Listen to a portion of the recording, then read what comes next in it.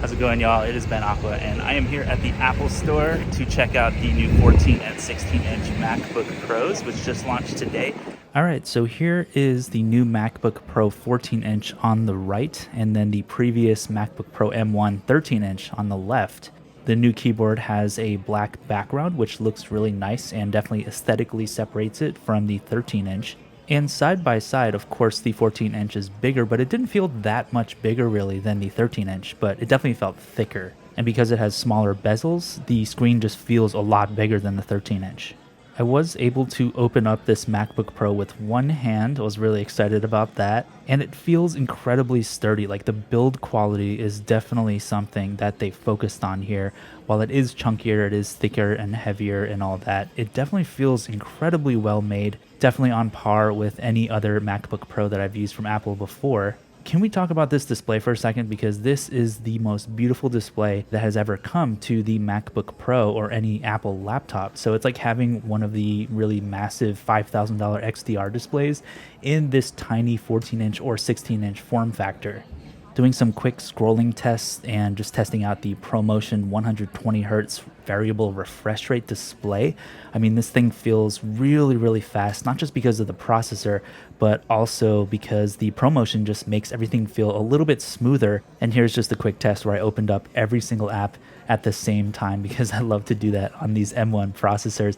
And this one's supposed to be even faster than the previous M1. So yeah, it definitely feels zippy. Everything opened basically instantly. And this is not a cheap MacBook Pro, so if you're paying $2,000, everything better be instant on this thing. And here is a quick test of the new 1080p front-facing camera on the 14-inch MacBook Pro, and it looked really good to me. It's just a quick test, nothing scientific or anything. And of course, the lighting in the Apple Store is perfect and all that, so it looks pretty good to me. Colors look pretty vibrant and stuff. So picking up this device with one hand definitely feels a lot heftier than my MacBook Air, of course, because I think this model, the 14-inch, is about a pound heavier, I believe, than the MacBook Air M1.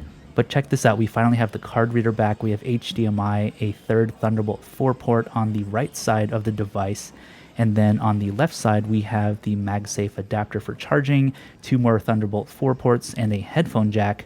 The headphone jack also has some updates in sound quality, so you can use higher quality, higher impedance headphones. I'm not sure exactly which DAC they use and the specifications behind that, but I'm really excited to use the new MacBook Pro with lossless audio in Apple Music. And here's a quick typing test. How are you gonna get in the way, the trackpad? You might be touching things.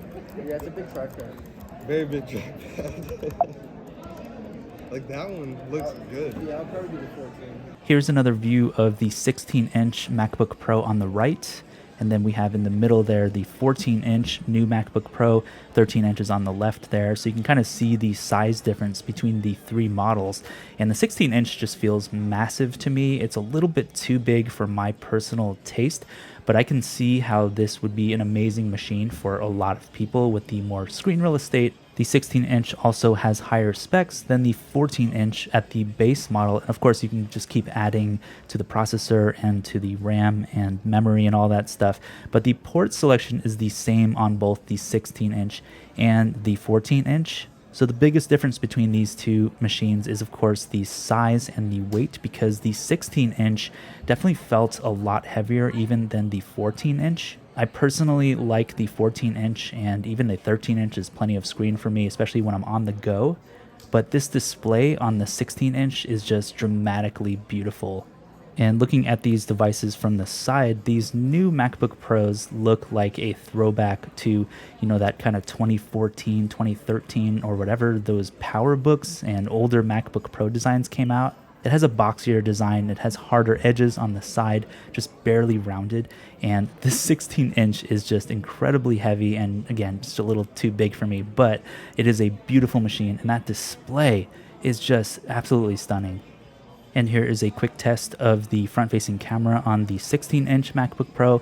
It looks really good, and I was also trying to check out the notch, which is not really too visible most of the time. It's kind of cleverly hidden within the menus and stuff, so I wouldn't say the notch is that much of an eyesore so far in my initial testing. After using the 14 and 16-inch machines in the store for a little while, I actually kind of got used to the notch almost immediately, honestly, and I can kind of understand why Apple put this notch there, even though I would rather not have it, to be honest. And whether it's a PR stunt or, you know, it's a conspiracy or something with these notches, the notch does separate this laptop from a lot of other laptops that have basically copied the design from the MacBook Pro for many years now. Because it's kind of like the iMac M1, where it has, you know, the giant chin underneath it and the new colors and stuff. Like, you know immediately that that's an iMac. And with these new MacBook Pros, when you see that notch, you're like, okay, that's the new MacBook Pro. Let me know if you have any questions about these new models, because I'm going to be doing a bunch of testing of my 14-inch MacBook Pro base model that actually just arrived while I was editing this video. So make sure you're subscribed and please smash the like button. That really helps me in the algorithm. Also, please add me on Twitter at B3NAQUA, and also on Instagram, that's my handle, because I'll be posting a bunch of like behind the scenes kind of exclusive stuff